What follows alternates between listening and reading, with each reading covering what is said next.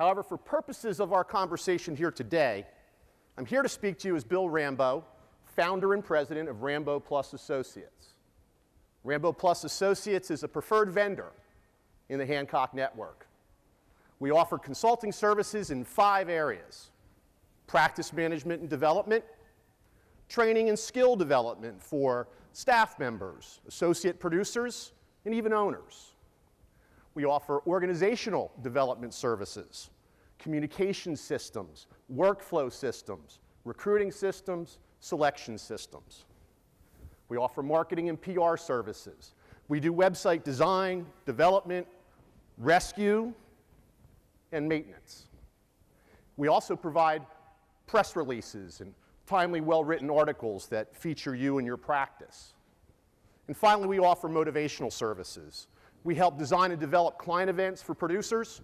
We speak at them. We also speak at industry functions. So it's my pleasure to help navigate some of this conversation.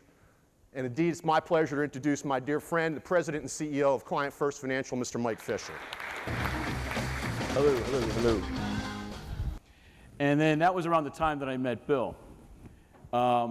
As Bill mentioned, he had joined Keystone in November, and we started talking.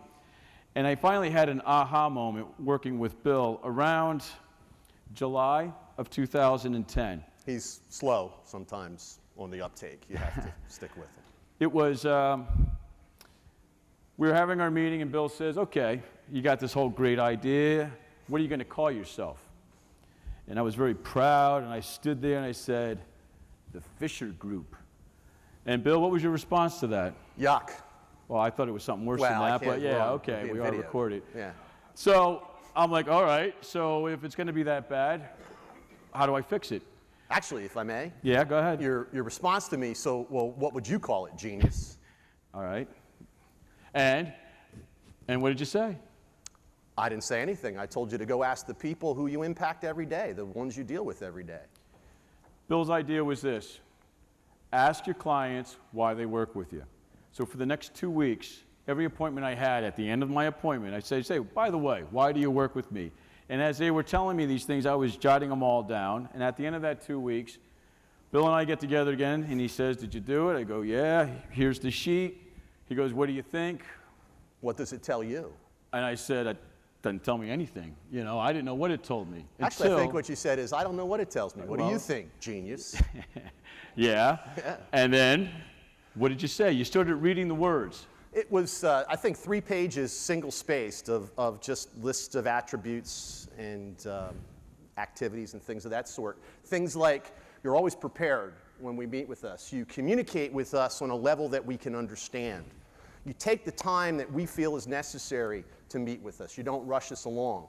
You do a lot of different things that came out in this list. And so I looked at him and I said, well, it's obvious to me that you do everything you can and the team does everything they can to help keep the interests of the client first.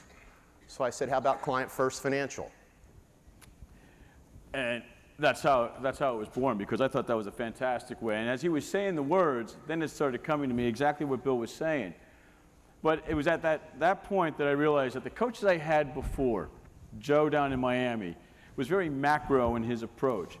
Joe would have taken that same situation and said, what's your name? And I would have said, the Fischer Group. He said, that's not good, think of something else. Bill took it a step further. He said, look, why don't you ask your people, your clients, why they work for you? And it was that he took me from beginning to end that I said, you know what, there's time for a change. So I got rid of Coach Joe, and then I started working with Bill formally in October of 2010. So that was a big, big help when I made that switch. Because, you know, having a coach is one thing, but having a coach who meets what it is that you're looking for, that helped tremendously. It was tenfold, hundredfold, whatever. It's been a pleasure over the last year and a half or whatever it's been now, almost coming up on 2 years, I guess, to actually work with Mike and the team and to roll up our sleeves to help get things accomplished, to help implement systems. And one of the things we haven't gotten away from, and forgive me, but I often, when I refer to Client First, I say we, because they make me feel like one of the team, is that we regularly go back to clients and ask them what do they think about ideas that we have. And Mike will mention something that's That's an extremely big thing in a little bit that he'll talk about, where we went back to clients and we'll be going back to clients again for their input and help. But we do work for 2 to 3 hours on a Friday. We spend 6 hours there. Yeah, we stick out like a sore thumb. We're sitting there in a booth at one of many tap rooms. We like to spread, help the economy across the whole valley. And I'll have papers spread out all over the place, and he'll have papers in front of him. We'll be writing notes, although he rarely brings a pen. You have a pen on you? No. Or that a guy? And we'll sit there for 2 or 3 hours, and of course we'll have a lunch and maybe a beverage or two, but we'll actually sit there and work. We do kind of stick out like a sore thumb at these places. And what we say is, what's next? All right? We are always asking what's next. And the last thing that we do this annually. We have a 2-day firm development meeting in which everyone in the team has a responsibility to come to that meeting, and they put on a presentation about their particular division. And we invite affinity partners to that. We invite marketing people to that. And during that 2 days, we actually put the business plan together for the following year. The first year that we did this, when I did my business plan, it was 7 pages. Last year, it had grown to 32 pages. And when we do the business plan, it's something that I just don't throw in the drawer and never look at for the rest of the year. It's something that I'm constantly referring to during the course of the year. Now, with all these things that we do to work on the business, last year, as Bill mentioned, we participated in Practice of the Year.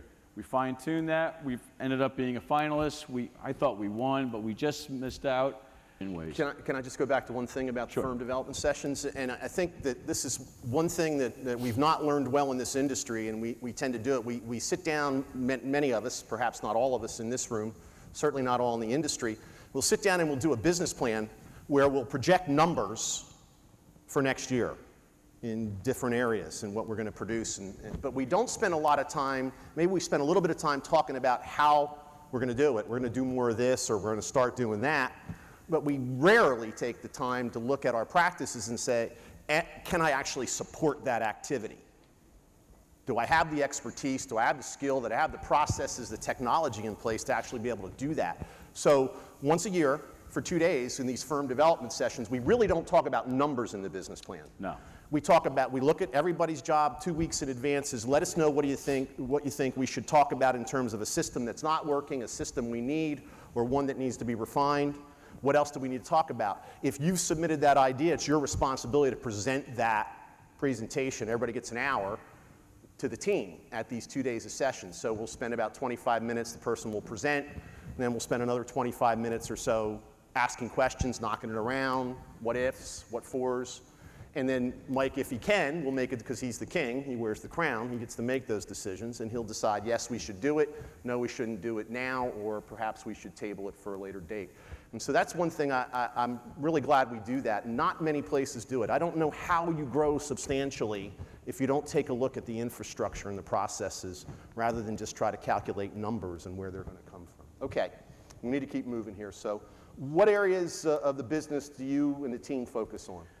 Well, since you've been instrumental in helping us implement all these things, Bill, I'm going to toss that one back to you and let you just talk about that one. Okay.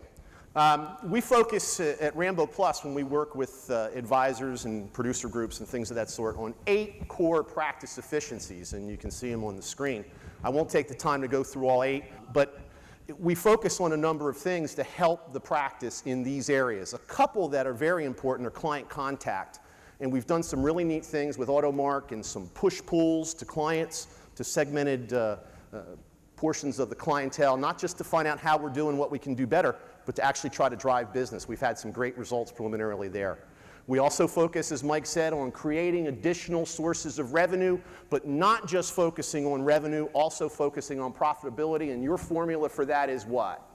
For every dollar that you invest, you want to get $3 of revenue out of it. And my profitability, I'd like to see 20% profit net after expenses.